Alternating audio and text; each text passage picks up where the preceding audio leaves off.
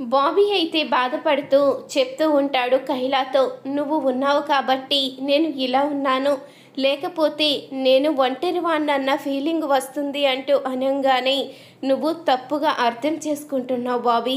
అమ్మాయి మేడానికి నువ్వు దూరం అవుతున్నానని అస్సలు అనుకోవద్దు. నీ గురించి, నీ ప్రేమ గురించి ఎంతగా తప్పించిపోయిందో నీకు తెలీదా?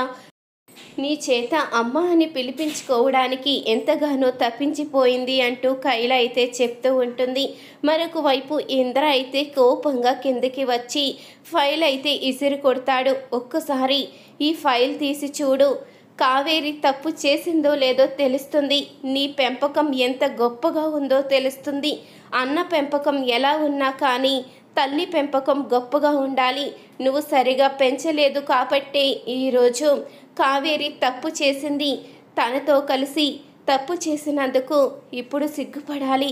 ఇప్పుడు తను చేసిన తప్పుకి మన కుటుంబం పరువు పోతుంది. పెళ్ళికి ముందే తెల్లయిందన్న విషయాన్ని తెలిస్తే అందరూ కూడా ఎలా అనుకుంటారో నీకే వదిలేస్తున్నాను. నువ్వు ఎంత గొప్పగా పెంచావో ఇప్పుడు అయినా అర్థమవుతుందా నీకు? ఒక ఆడపిల్లను పెంచాలి అంటే ఎంతో సమర్థత ఉండాలి.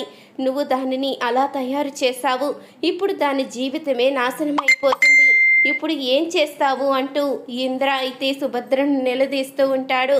చూసారు కదా ఫ్రెండ్స్, ఈ వీడియో కనుక మీకు నచ్చినట్లయితే తప్పకుండా ఒక లైక్ చేయండి. పలికే బంగారం అయ్యే సీరియల్ లేటెస్ట్ ప్రోమో టీవీలో కన్నా ముందుగా చూడాలి అనుకుంటే మా ఛానల్ని సబ్స్క్రైబ్ చేసుకుని పక్కనే ఉన్న గంట సింబలపై ఆల్ అని క్లిక్ చేయండి.